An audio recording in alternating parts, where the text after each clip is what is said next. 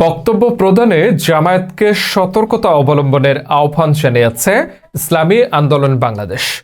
রোববার এক বিবৃতিতে দলটির যুগ্ম মহাসচিব ও মুখপাত্র মাওলানা গাজী আতাউর রহমান বলেন, জামায়াতে ইসলামের সিনিয়র নায়েবে আমির ডাক্তার আব্দুল্লাহ মোহাম্মদ তাহের এক মার্কিন কর্মকর্তার সঙ্গে আলোচনায় ইসলামী আন্দোলন বাংলাদেশকে এক্সট্রিমিজম এর সঙ্গে যুক্ত করেছেন, যা নিন্দনীয়।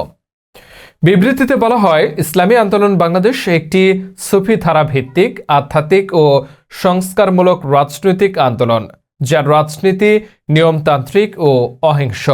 দলটি দাবি করে উগ্রবাদ বা সহিংসতার সঙ্গে ইসলামী আন্দোলনের কোনো সম্পর্ক নেই এবং এ ধরনের বক্তব্য বাংলাদেশকে বিতর্কিত করার অপচেষ্টা। এ ঘটনায় ডাক্তার তাহেরের বক্তব্যে মার্কিন দূতাবাসের ব্যাখ্যা দাবি করেছে ইসলামী আন্দোলন বাংলাদেশ।